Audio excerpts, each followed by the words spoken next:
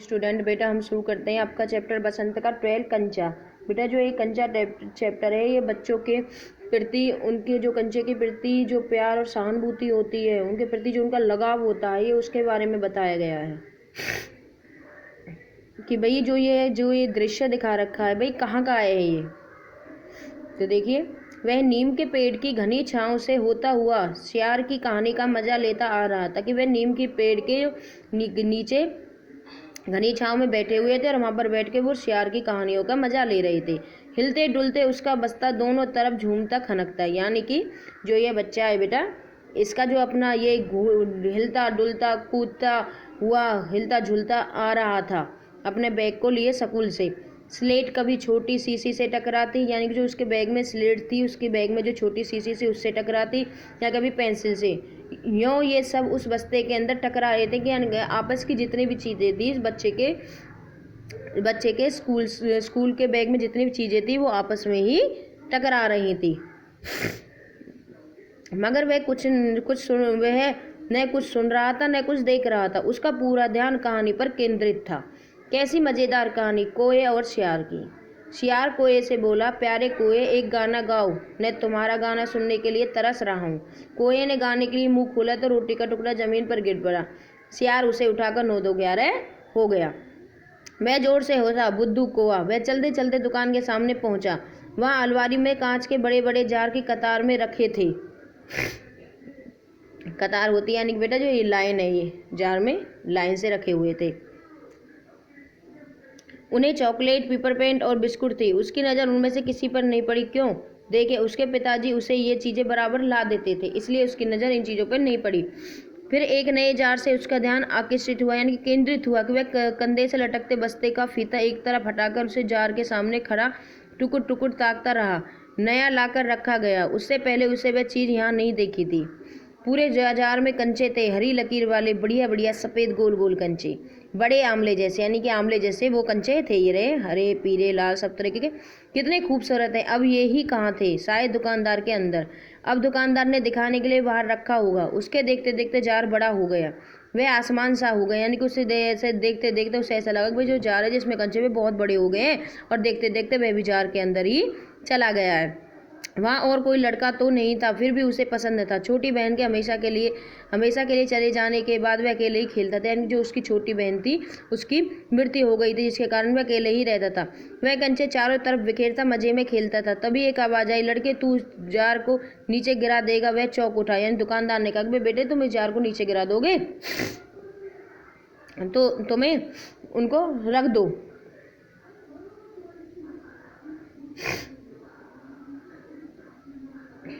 सिर्फ 2 जने वहाँ थे, वह और बूढ़ा दुकानदार। दुकानदार के चेहरे पर कुछ चिड़चिड़ापन था। मैंने कहा न जा, जो चाहते हो वह निकाल कर दूं। वह उदास हो गया, खड़ा रहा। क्या क्या कंचा चाहिए? दुकानदार ने जार का ढक्कन खोलना शुरू किया। उसे निषेध में ही सिर हिला दिया, यानी कि उसने वैसे ही मना कर दिया। सवाल खूब रहा, क्या उसे कंचा चाहिए था? क्या कंचे चाहिए उसे खुद मालूम नहीं था। जो भी उसने कंचे को छूकर देखा, जार को छूने पर कंचे का स्पर्श करने का एहसास हुआ। अगर वह चाहता तो कंचा ले सकता था। स्कूल का घंटी बजकर वह बस्ता थामे हुए दौड़ रहा था। देर से पहुंचे लड़कों को पीछे बैठना पड़ता था। उस दिन वह सबके बाद पहुंचा, इसलिए वह चुपचाप पीछे के बेंच पर बैठ गया। जब सब अपनी अपनी जगह पर थे, रामन अगली बेंच पर बैठा था। वह रोज समय पर आता था। तीसरी बेंच के आखिर में मल्लिका के बाद अम्मू बैठी थी। जॉर्ज दिखाई नहीं पड़ा। लड़कों के बीच में जॉर्ज ही सबसे अच्छे कंचों का खिलाड़ी था। कितना भी बड़ा लड़का उसके साथ खेले, जॉर्ज से मात खाएगा। हारने पर क्यों ही विदा नहीं हो सकता। हारे हुए को अपनी बंदी मुट्ठी जमीन पर रखनी होती थी। तब जॉर्ज कंचा लाकर बंद मुट्ठी के जोड़ों की हड्डी तोड़ेगा। जॉर्ज क्यों नहीं आया? अरे हाँ, जॉर्ज को बुखार है न, उसे रामन ने यह सूचना दी। उसने मल्लिका को सब बताया। जॉर्ज का घर रामन के घर के रास्ते पर पड़ता है।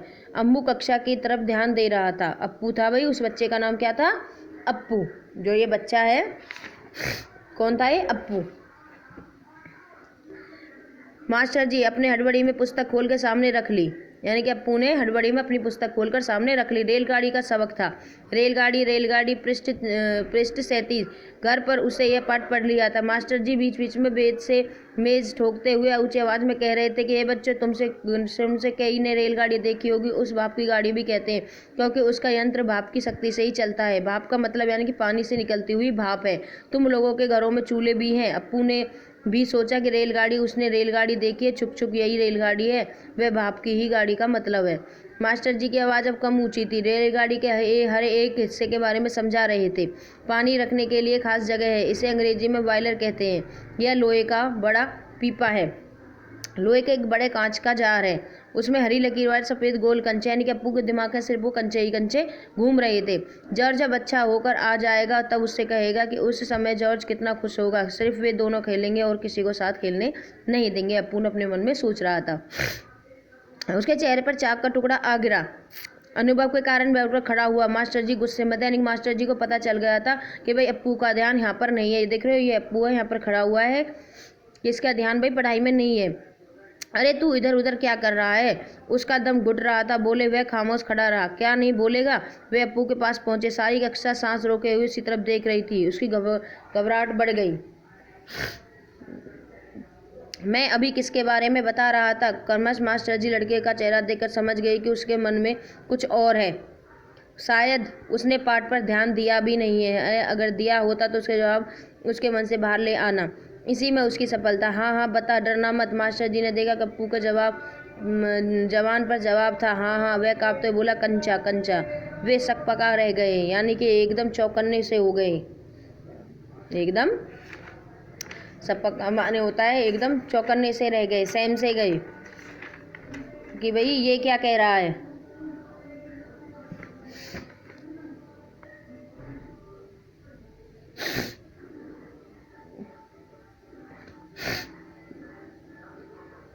कक्षा में भूलचाल आ गया, तूफान सा आ गया। Stand up. उन्होंने अप्पू को खड़ा कर दिया। मास्टर साहब की आंखों में चिंगारियां सुलग रही थी। अप्पू रोता हुआ बेंच पर चढ़ा। पड़ोसी कक्षा के टीचर ने दरवाजे से झांककर देखा, फिर सम्मिलित हंसी। रोकने की पूरी कोशिश करने पर भी अपना दुख रोक नहीं सका। रोते रोते उसका दुख बढ़ता ही गया। सब उसकी तरफ देख गए थे, उसकी हंसी उड़ा रहे थे। रामन, मलिका, सब बेंच पर खड़े खड़े। उसने सोचा दिखा दूंगा सबको, जॉर्ज को आने दो। जॉर्ज जब आएगा जॉर्ज के सामने वह कंचे खरीदेगा। इनमें से किसी को वह खेलने नहीं बुलाएगा। कंचे को देख के ये ललचाएंगे, कितना खूबसूरत कंचा है, हरी लकीर वाले सफ़ेद गोल कंचे, बड़े आंवले जैसे। शक हुआ कंचा मिले कैसे, क्या मांगने पर दुकानदार देगा? जॉर्ज को साथ लेकर पूछे तो, नहीं तो दे दे। किसी को शक हो तो पूछ लो। मास्टर जी ने उस घंटे का सबक समाप्त कर दिया। क्या किसी को कोई शक नहीं है? अप्पू की शंका भी दूर नहीं होती। वह सोच रहा था क्या जॉर्ज को साथ ले चलने पर दुकानदार कंचा नहीं देगा? यानी कि अप्पू के दिमाग में बेटा पढ़ाई का कोई मतलब नहीं था, सिर्फ उसके दिमाग में था कि भाई कंचे को कैसे प्राप्त किया जाए। अगर खरीदना ही पड़े तो कितने पैसे लेंगे? रामन ने मास्टर जी से सवाल किया और उस सवाल का जवाब मिला। अम्मिनी ने शंका का समाधान कर दिया। कई छात्रों ने यह दोहराया। अप्पू क्या सोच रहे हो? मास्टर जी ने पूछा। पूछ लो उन्हें शक क्या है, शंका दूर कर लो, उन्हें अपना संदेह दूर कर लो। क्या जॉर्ज को साथ ले चलने पर दुकानदार कंचे देगा? नहीं तो उसने कितने पैसे लेंगे? क्या 5 पैसे में मिलेगा, 10 पैसे में? क्या सोच रहे हो? पैसे क्या? कितने पैसे चाहिए? किसके लिए चाहिए? वह कुछ नहीं बोला। हरी लकीर वाले सफ़ेद गोल कंचे उसके सामने से फिसलते गए। मास्टर जी ने पूछा क्या रेलगाड़ी के लिए? उसने सिर हिलाया। बेवकूफ़, रेलगाड़ी को पैसे से खरीद नहीं सकते, अगर मिले तो लेकर क्या करेगा? वह खेलेगा जॉर्ज के साथ। रेलगाड़ी नहीं कंचा है। चपरासी एक नोटिस लाया। मास्टर जी ने कहा कि जो फीस लाए हैं वे ऑफिस में जाकर जमा कर दें। बहुत से छात्र गए। राजन ने जाते जाते अप्पू के पैर में चिकोटी काट ली, यानी कि उसकी चुपटी सी काट ली। उसने पैर खींच लिया। उसे याद आया कि उसे फीस जमा करनी है। पिताजी ने उसे 150 रुपये इसके लिए दिया था। उसने अपनी जेब टटोल कर देखा। 1 रुपये का नोट, 50 पैसे का सिक्का। वह बेंच से उतरा। किधर? मास्टर जी ने पूछा। उसके कंठ से खुशी के बुलबुले। उस फीस देनी है। फीस मत देना, मास्टर ने कहा। वह झिझकता रहा। On the bench. अब बेंच पर चढ़कर रोने लगा। क्या भविष्य में कक्षा में ध्यान से पढ़ेगा? ध्यान दोगे? वह दफ्तर गया। दफ्तर में बड़ी भीड़ थी। बच्चे एक एक करके आओ, यानी कि जो मास्टर थे वो अपने ऑफिस में गए। उन्होंने कहा भाई एक एक करके आओ और अपनी फीस जमा करो। क्लर्क बाबू बता रहे हैं कि पहले मैं आया हूँ। आया हूँ, मेरी बाकी पैसे हैं। इस शोरगुल से अप्पू दूर खड़ा रहा, यानी कि इनसे जितने भी शोर होता खड़ा हो रहा था। रामन ने फीस जमा की, मल्लिका ने जमा किया। अब थोड़े से लड़के ही बचे थे। वह सोच रहा था कि जॉर्ज को साथ लेकर चल दो देगा, शायद नहीं। किसी से पैसे लेंगे, 5 पैसे, 10 पैसे। हरी लकीर वाले गोल सफ़ेद कंचे। घंटी बजने पर फीस जमा किए हुए सभी बच्चे उधर से चले। वह भी चला, मानो नींद में जाकर चल रहा हो। क्या सब फीस जमा कर चुके हैं? कक्षा छोड़ने के पहले मास्टर जी ने पूछा। वह नहीं उठा। शाम को थोड़ी देर बाद इधर टहलता रहा। उसे गीली मिट्टी में छोटे से गड्ढे खोदकर कंचे खेल रहे थे। वह उसके पास नहीं गया। फाटक के सीखे थामे उसने सड़क की ओर देखा। वहाँ उस मोड़ पर दुकान है। दुकान में अलमारी है। बाहर खड़े खड़े हुए छू सकेगा। अलमारी में शीशे के जार है, उसमें एक जार पूरा बस्ता कंधे पर लादे हुए चलने लगा। दुकान नज़दीक आ रही थी। उसकी चाल की तेजी बढ़ी। वह अलमारी के सामने खड़ा हो गया। दुकानदार हंसा। उसे मालूम है कि दुकानदार उसके इंतजार में है। वह भी हंसा। कंचा चाहिए? नहीं। उसने सिर हिलाया। दुकानदार जार का ढक्कन जब खोलने लगा तब अप्पू ने पूछा कि अच्छे कंचे हैं न?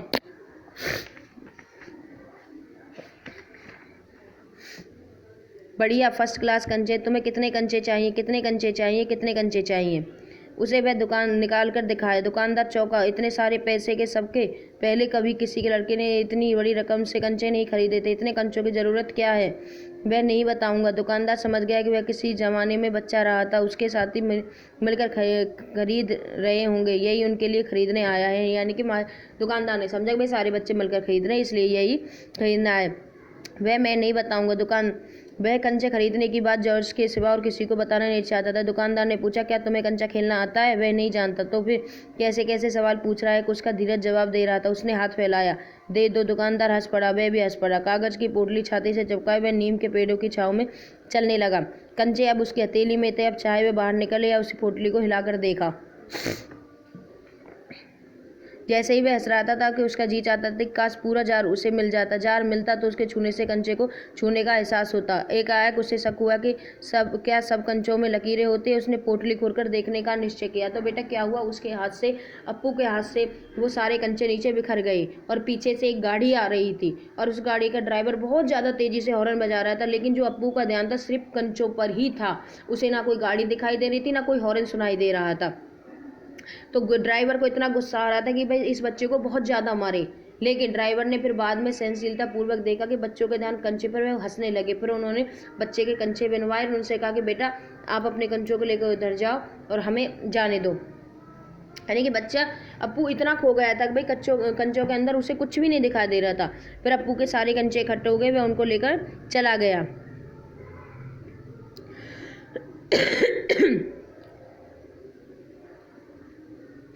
माँ ने अप्पू फिर बेटा बैग को अपने सीने से चिपकाए हुए घर पहुंच गया।